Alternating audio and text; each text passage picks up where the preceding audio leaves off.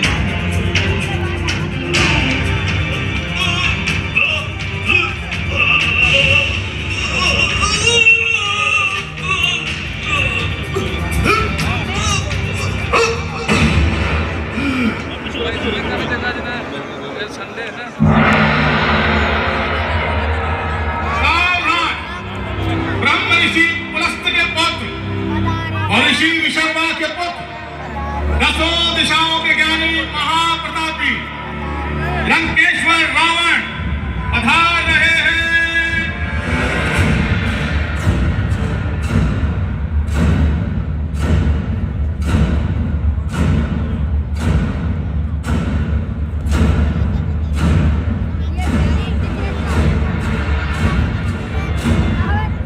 इस सभा में विद्यमान सभी सभासदों, ध्यान से सुनो। ये पिनाकी नाम का दिव्य धनुष महादेव रुद्र ने दक्ष के यज्ञ ध्वंस के लिए प्रयुक्त किया था। इस प्रकार आज ये धनुष मिथिला राजवंश के पास मेरे गुरुदेव महादेव शिव की धरोहर के रूप में है। अतः महाराज को यह किंचित मात्र भी शोभा नहीं देता कि इस पवित्र धनुष का अपमान करे। ये कोई स्वयंवर नहीं, अपितु षड्यंत्र है। सर्वविदित है कि अपने गुरुदेव के धनुष पर प्रत्यंचा चढ़ाकर बाण संधान करना तो दूर, लंकेश इसे छू भी नहीं सकता। ओम नमः शिवाय, ओम नमः शिवाय, ओम नमः शिवाय।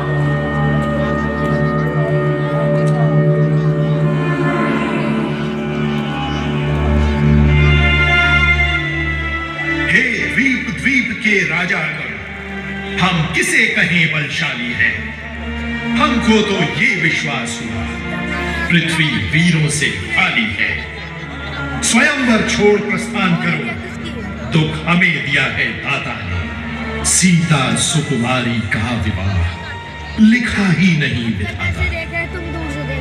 राजन, राजा होकर इस तरह ज्ञानवान बलवान एक छोटी सी बात में वीरों का अपमान। रघुवीर राम जी के होते अनुचित वाणी कह डाली है।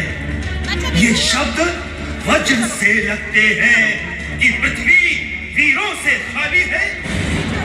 अभिमान त्याग कर कहता हूं, यदि आदेश पाऊं मैं तो धनवा की क्या विसात, सारा ब्रह्मांड उठाऊं मैं। शांत लखन शांत, परिस्थिति को देखते हे राम चढ़ाओ चाँद, मान बचाओ वंश का, हरो जनक संताप।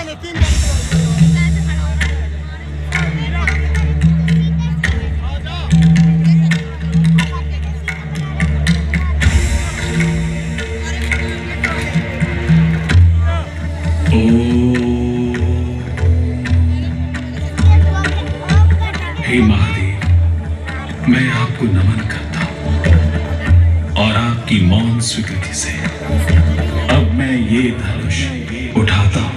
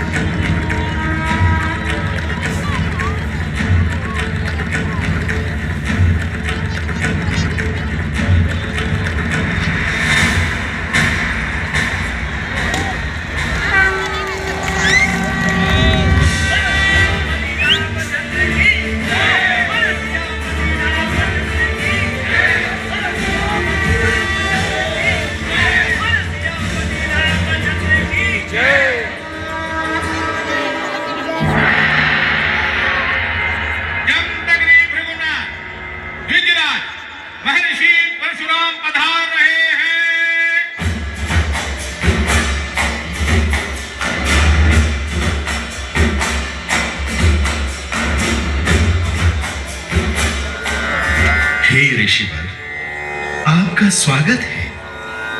अहो भाग्य हमारे जो आप इस अत्यंत शुभ अवसर पर पधारे हैं। भाग्यवश आपके सेवक की पुत्री सीता का स्वयंवर आज ही संपन्न होने जा रहा है। हे जनक, इस ब्राह्मण की ओर से शुभकामनाएं स्वीकार करो। पुत्री सीता के लिए भी मेरा हृदय से आशीर्वाद है कि वो अखंड सौभाग्यवती हो। स्वयं महादेव का पिनाकी धनुष इस खंडित अवस्था में? शीघ्र बताओ जनक, शीघ्र बताओ, कौन है वो महादेव का अपराधी? ऋषिवर, शिव धनुष तोड़ने वाला भी कोई शिव का प्यारा ही होगा। जिसने ऐसा अपराध किया वो दास तुम्हारा ही होगा। चोर की दाढ़ी में तिनका। तुम बहुत मीठे बोल रहे हो। मुझे लगता है ये अपराध तुमने ही किया है। ब्राह्मण देव, भाई ने मीठे वचन कहे तो क्रोध और बढ़ आया है। सबसे पहले ये बोल उठे, इसीलिए चोर ठहराया है। अच्छा, अपराधी हम ही से, हमने अपराध कर छोड़ा है।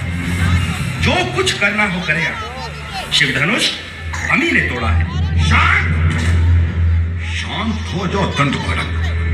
कहीं ऐसा ना हो कि इस ब्राह्मण के हाथों तुम्हारा वध हो जाए।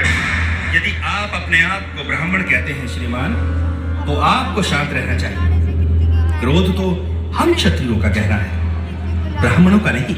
अरे मूर्ख बालक, क्या तूने मुझे कोई साधारण ब्राह्मण समझा है? मैं वही परशुराम हूं जिसने पृथ्वी को कई बार क्षत्रियों से खाली कर दिया है। मेरे इस परसे में कई बार खून की नदियां बहाई हैं। ये वही परसा है जिससे मैंने सहस्त्रबाहु की जय कर दी थी। स्वयं अपनी माता का बलिदान दिया था।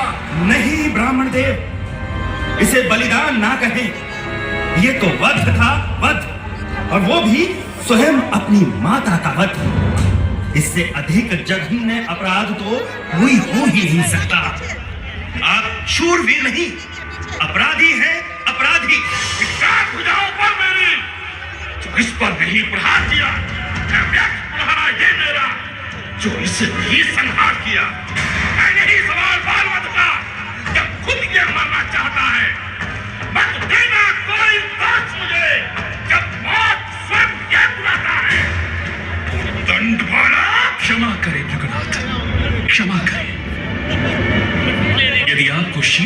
देखना है तो पहले मेरा शीश काटना। मेरे लिए इससे बड़ा सौभाग्य क्या होगा कि मैं आप जैसे ब्राह्मण देव के चरणों में न्यौछावर हो जाऊं। हे राम, तुम्हें देखता हूं तो क्षमा भाव मन में आता है, और यदि तुम्हारे अनुज को देखता हूं तो केवल आवेश। हे विश्वामित्र, तुम्हारे शिष्यों की कूटनीति से मैं विचलित हो चुका हूं। वाक युद्ध छोड़कर केवल युद्ध ही करना अंतिम उपाय है। हे ब्राह्मण राज, इतिहास जानता है कि रघुकुल ने सदैव ही चुनौती को स्वीकार किया। हम ना तो किसी शस्त्र से डरते हैं और ना ही महाकाल से। हे ध्वजराज, हमें केवल आपके चरणों की ठोकर से भय लगता है। आप अतीत का स्मरण कीजिए कि आपने किसी को ठोकर मारी थी। उस दिन भी मैं विवश था और आज भी विवशता हमारे सम्मुख है। ये क्या कह रहे हो राम? यदि तुम वास्तव में विष्णु का अवतार हो तो मेरा संशय दूर करो और इस रमापति के धनुष पर बाण का संधान करो।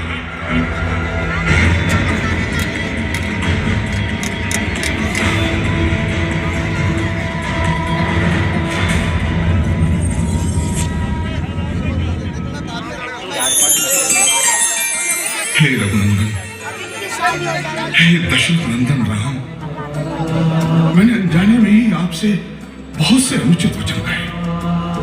मुझे क्षमा कर दीजिए। अब मुझे कोई संशय नहीं रहा कि आप ही अविनाशी देवेश्वर विष्णु हैं।